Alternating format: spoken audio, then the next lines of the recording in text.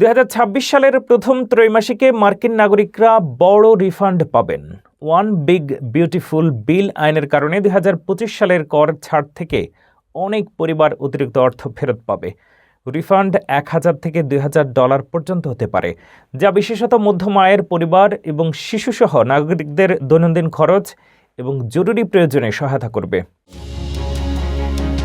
2026 সালের প্রথম ত্রৈমাসিকে মার্কিন নাগরিকরা বিশাল ট্যাক্স রিফান্ড পেতে পারেন। ট্রেজারি সেক্রেটারি স্কট বেসেন্ট বলেছেন, ওয়ান বিগ বিউটিফুল বিল আইন অনুযায়ী 2025 সালে প্রযোজ্য কর ছাড়ে অনেক পরিবার অতিরিক্ত অর্থ ফেরত পাবেন। এর ফলে কিছু পরিবারের হাতে $1000 থেকে $2000 পর্যন্ত চেক পৌঁছাতে পারে।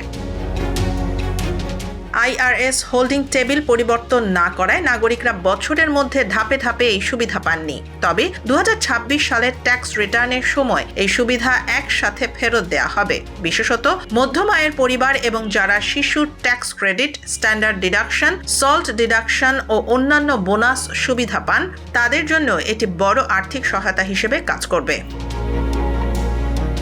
ট্যাক্স ফাউন্ডেশন জানিয়েছে, নতুন আইন অনুযায়ী ব্যক্তিগত কর 2025 সালে $144 বিলিয়ন কমানো হয়েছে এবং এর মধ্যে প্রায় $100 বিলিয়ন সরাসরি রিফান্ডে যাবে। এছাড়া সিনিয়র নাগরিক টিপ আয় ও ওভারটাইম আয়ের জন্য নতুন বা সম্প্রসারিত কর ছাড়ও রয়েছে।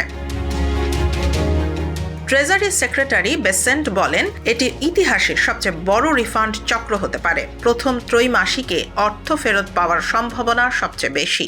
নাগরিকরা এ অর্থ ব্যবহার করতে পারবেন দৈনন্দিন খরচ, শিক্ষা ও অন্যান্য জরুরি প্রয়োজন মেটাতে। ফলে 2026 সালের শুরুতে অনেক মার্কিন পরিবারের আর্থিক পরিস্থিতি অনেকটা স্বস্তির মধ্যে থাকবে।